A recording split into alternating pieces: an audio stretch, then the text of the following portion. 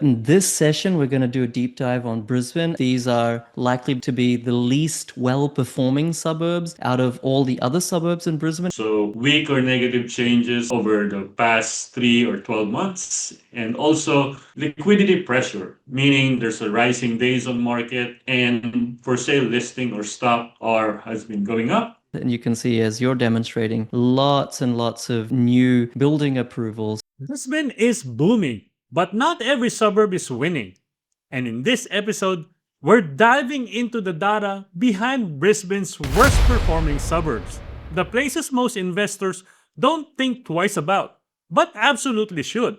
You know PK Gupta, one of Australia's leading property educators. And when PK calls out a market shift, investors listen. This time, he wanted to unpack a critical trend, the rapidly shrinking price gap between Brisbane and Sydney, and what that means for growth, risk, and your next move. So he invited me back to his channel, and using SuburbsFinder's data engine, we broke down 4 Brisbane suburbs that look good on the surface.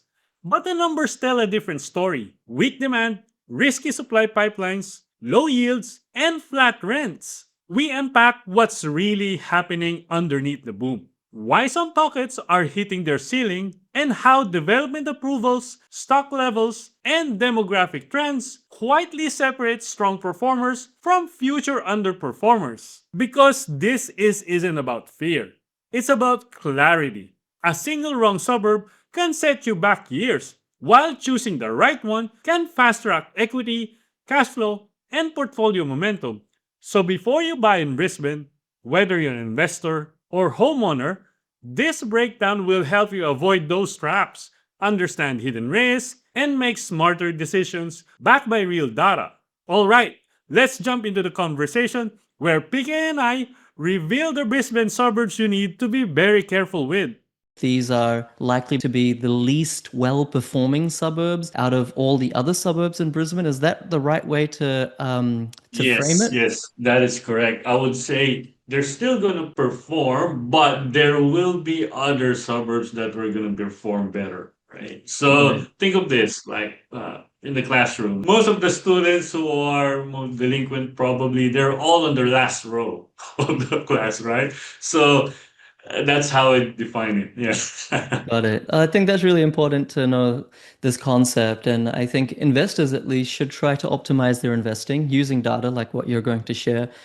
Because even a 1% difference in capital growth over a course of 10, 20 years is hundreds of thousands of dollars. So it's not a case of, hey, which state should we invest in? Which city should we invest in? It's a case of, okay, which suburb should we invest in? Which street should we invest in? Because even small differences in growth percentage add up to hundreds of thousands of dollars in There's missed opportunity over the long term. Anyway, that's enough preface. I don't want to waffle Yeah, on. that is totally I totally agree with you. Especially if that 1% difference, if you can catch that between your first up to 3 years, right? That's gonna be a massive difference. 100%. Yeah, 100%. Okay, let's go. Yeah, yeah. But first, before that, I want to set up how I came up with this list. So I put in some different metrics. So combination of price and demand momentum. So weak or negative changes over the past 3 or 12 months, and also liquidity pressure, meaning there's a rising days on market and for sale listing or stock are has been going up, and then rental yield are under 3% or rents are flat, hasn't really changed, or if it has changed, very small increase on median rent. And then structure and demographics, so population growth, most importantly the employment access and distance to major employment hub. And lastly, infrastructure projects happening within the area, such as residential and even commercial, because those will affect the supply in the future. First on my list would be Russell Island. Median price has been really going up. So over the past 3 months, that's a 6% increase, $25,000. Over the past 12 months, that's 12%. And over past 3 years, that's a 35% increase, which is equivalent to 160. The median price is the blue bar, and the days on market is the line graph. So you can see the relationship there. At first glance, it might be, wow, this is great, right? It's performing really well. But over the past 3 years, it has grown by 35%, right? So that is, we can say, it's already on the peak side of the market, right? Or peak cycle. So I would say, and then can have the listings. So the listings continuously go down, but it's relatively flat right now, or it has been increasing. Okay. Next, vacancy rate. Vacancy rate is relatively still low considering it's under 3%. Okay. And the sale listings as well has been still low compared to where it was a couple of years ago. And stock market, this is relative to the whole area considering the size. It's 4.55%, which is pretty high, but considering the size of the area. And median rent is what I was talking about. Rent has really been not in, well, it has improved, but not as significant as other areas. Okay? And then lastly, the yield has been 5%. It's you'd say, it's really good, it's 5%, right? Hmm. And the thing is, the EARSAT or the socioeconomic index for areas, which in other words identifies if the area or the people living in that area are affluent or not. Right? So it's still on one. Okay? So over the past 20 years, it hasn't really improved. So we can see that here in the summary here. So over the past 20 years, the income hasn't really improved. The only way to access the area is by ferry. There's no other way to access it. Plus, you can see here the median household income hasn't really improved that much over the past 20 years. Yeah. So So it's what a high would risk be the play at this stage, yes, yes. and, and It will work for other people, like I said, who already has a good portfolio, but for someone who's starting, it's a big risk. I know a bunch of people have made a lot of money in Russell Island, despite I've always said that it's probably not the best area to buy in, but it seems to me like one of those high risk type, high return investments a few years ago where, okay, there's a lot going against it, but it paid off for them. And I think a rising tide lifts all ships. And, according to Oliver Human Report, really good, reputable company, Southeast Queensland median land prices, they surged to above $1,000 per square meter for the first time ever. And this is actually more expensive than Melbourne. $1,000 per square meter for land in East Queensland is now more expensive than Melbourne for the first time ever.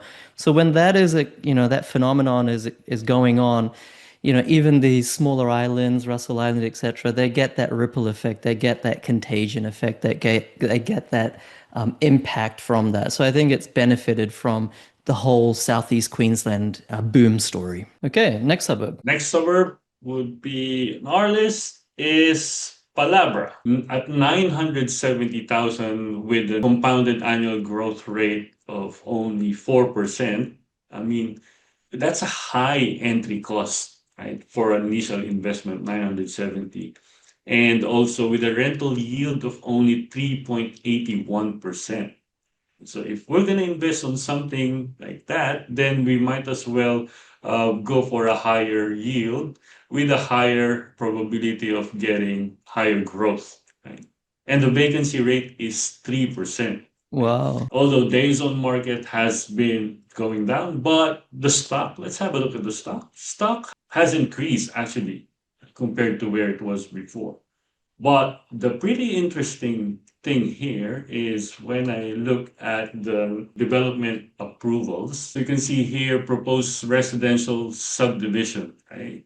So this is how many lots.